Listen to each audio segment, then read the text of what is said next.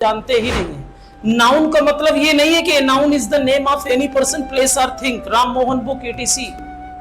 इतने से जानने से नाउन की समाप्ति नहीं होती है। Hello everyone, welcome back to my channel. देखिए, इंग्लिश सीखने के लिए हमको ये जरूरी नहीं है कि हमें सेंटेंस आते हैं तो हम इंग्लिश सीख गए हैं। बात समझ रहे हैं ना बेटा? इंग्लिश अगर सीखना है तो सबसे पहले बेसिक वर्ड मीनिंग, जब तक वर्ड मीनिंग नहीं आएंगी ना, आप इंग्लिश को जान ही नहीं सकते हैं। बात समझ रहे हैं ना?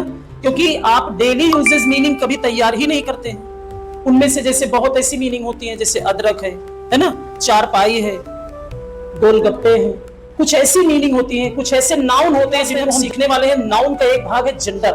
क्या है? जेंडर। तो जेंडर में हम ये सीखेंगे कि आखिरकार ये जो चार टाइप्स बताए गए हैं, मस्कुलिन और फेमिनिन और कॉमन, न्यूट्रल, ये जेंडर, इनको हम कैसे पहचानते हैं।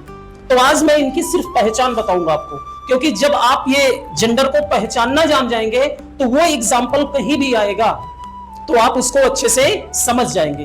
बात समझ गए ना? जैसे अगर बात की जाए नाउन की, नाउन तो बेटा दो टाइप्स के होते हैं। कितने टाइप्स के? एक होता है लिविंग और एक दूसरा होता है नॉन लिविंग। ठीक है ना?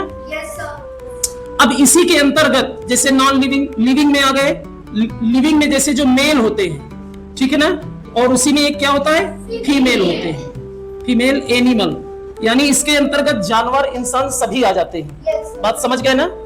फिर उसके बाद एक आता है तीसरा, देखो, मेल को आप कह सकते हैं मस्कुलिन जेंडर, और जो फीमेल हो, क्या हो?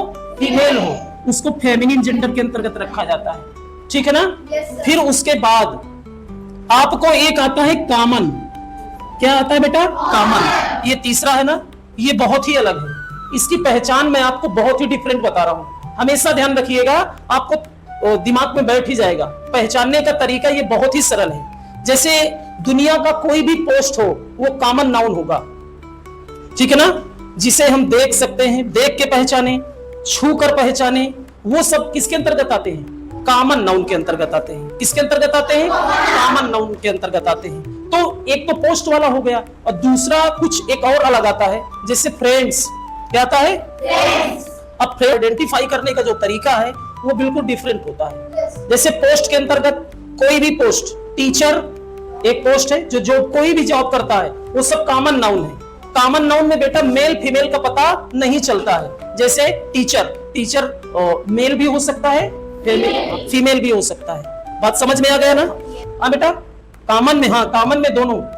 जैसे बेबी, बेबी मीन्स बच्चा होता है, लेकिन इससे क्या बोध होता है? मेल की फीमेल, कोई भी हो सकता है ना? तो यानी कहने का मतलब, एक आप जान लीजिए, कोई भी पोस्ट हो वो कॉमन जेंडर आता है। क्या आता है? कॉमन। दूसरा एक और है, थोड़ा सा डिफिकल्ट है, जैसे फ्रेंड और रिलेटिव्स। जैसे मेरे फ्रेंड आए हैं, पता नहीं उसमें बॉयज भी है कि गर्ल है, इसमें पता फ्रेंड्स में नहीं चलता है जब तक आप देख न ले, है ना? जब तक आप देख न ले तभी आइडेंटिफाई कर पाएंगे ना। जैसे रिलेटिव्स, रिलेटिव्स माने रिश्तेदार होते हैं, रिश्तेदार में भी मेल भी हो सकते हैं, फीमेल भी हो सकते हैं। तो कॉमन जेंडर समझ में आ गया? ठीक है। फिर उसके बाद ये जो न्यूटर जेंडर होता है, न्यूटर जेंडर को बेटा ध्यान देना, न्यूटर जेंडर जो होता है, इसके अंतर्गत बेटा 90%, कितने परसेंट?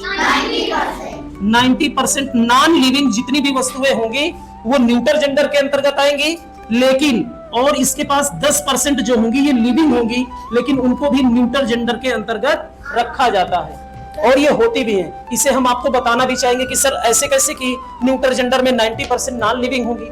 नॉन लिविंग के साथ जैसे चेयर है, ये नॉन लिविंग है। बात समझ में आ गया ना? लेकिन जैसे फिश है, क्या है बेटा? फिश है। तो बताइए आप फिश से क्या आंकड़ा लगा सकते हैं कि ये कौन सा जेंडर है? आप बताइए, न्यूटर जेंडर कैसे होगा? कॉमन जेंडर कैसे होगा?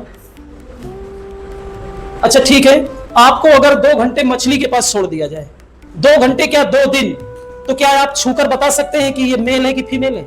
No sir. कुछ ऐसी चीजें होती हैं जो छोटे इंसेक्ट होते हैं, जिनको छूने से भी कंफ्यूजन हो कि हम नहीं, जैसे बहुत कीड़े मकोड़े होते हैं, ठीक है, जैसे मान लीजिए स्पाइडर है। क्या है? स्पाइडर। तो स्पाइडर को कैसे आइडेंटिफाई करेंगे कि ये मकड़ी है कि मकड़ा है? जैसे ये फिश है, बात समझ गए ना, फिश है तो फिश से कैसे आपको पता कि ये मेल है कि फीमेल है? नहीं आइडेंटिफाई कर पा रहे ना, तो यानी वो किसके अंतर्गत आएगा? न्यूटर जेंडर के अंतर्गत आएगा। जिन इंसेक्ट वगैरह जो जीवाणु हैं, कीटाणु हैं, जिनको हम नहीं पहचान पाते हैं कि ये मेल है कि फीमेल है, तो उनको हम किस कैटेगरी में रखते हैं? न्यूटर जेंडर के अंतर्गत रखते हैं। तो बेसिक क्लास तो ये आपकी थी कि कम से कम आप ये पहचान पाए कि आखिरकार जेंडर में जो मस्कुलिन जेंडर है, फेमिनिन जेंडर है और कॉमन जेंडर और न्यूटर जेंडर को हम कैसे आइडेंटिफाई करें। ठीक है ना? आप इस क्लास को दोबारा भी देख सकते हैं। ठीक है ना? तो आपको ये बताना है, बात समझ रहे हैं ना, कि मान लीजिए स्पाइडर है, स्पाइडर कौन से जेंडर के अंतर्गत आता है? इसको कमेंट सेक्शन में आप जरूर बताइए, जरूर अपनी राय दीजिएगा। ठीक है, तो मिलते हैं नेक्स्ट वीडियो में। जानकारी अच्छी लगी हो तो वीडियो को शेयर कर दीजिएगा। आज के वीडियो में बस इतना ही, मिलते हैं कल। Thank you.